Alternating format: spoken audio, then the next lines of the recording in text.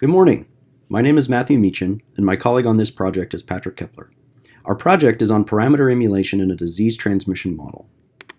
A stochastic compartmental model of a hospital ICU was used to simulate data for the project. The number of patients colonized with MRSA was the model output. The structure of this ICU takes on a metapopulation characteristic as the nurses interact randomly with a specific set of patients that are connected by a single individual, in this case, a physician. MRSA acquisitions are dependent upon several model parameters. These parameters are determined by published clinical trials and literature. However, one parameter, psi, is the probability of successful colonization of a patient given contact with a contaminated nurse. This parameter is important as it describes MRSA transmission. However, estimating this parameter comes at a high computational cost. Hospital infectious control programs typically know the level of acquisitions in their units and have a good estimate of other parameters in the model. Therefore, our motivation was to determine if machine learning could estimate psi when the other model parameters and the MRSA acquisitions are known. This would be beneficial by saving computational time and, more importantly, be used to potentially reduce MRSA transmission.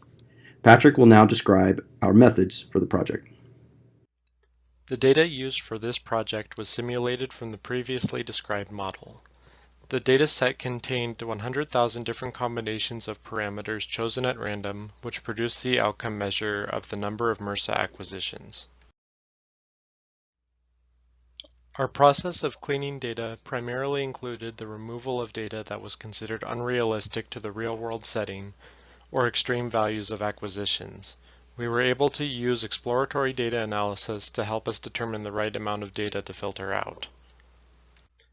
To demonstrate this, we made a box plot with all of the acquisitions for a categorical predictor, and then made a box plot without the top 5% of acquisitions.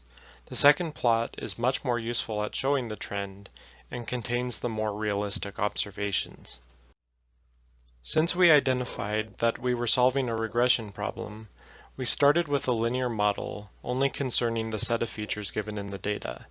We then introduced pairwise interactions to the model, and finally, we removed those features and interactions not considered significant.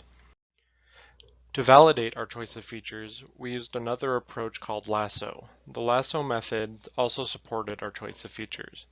Our last approach for selecting features was principal components analysis. However, each of the principal components we obtained only explained a small amount of the variance, so we were unable to reduce dimensionality substantially using this method.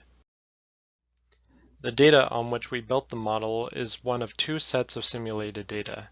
With the other set of data, we can use our model to generate predictions and compare with the actual values to measure the model's performance.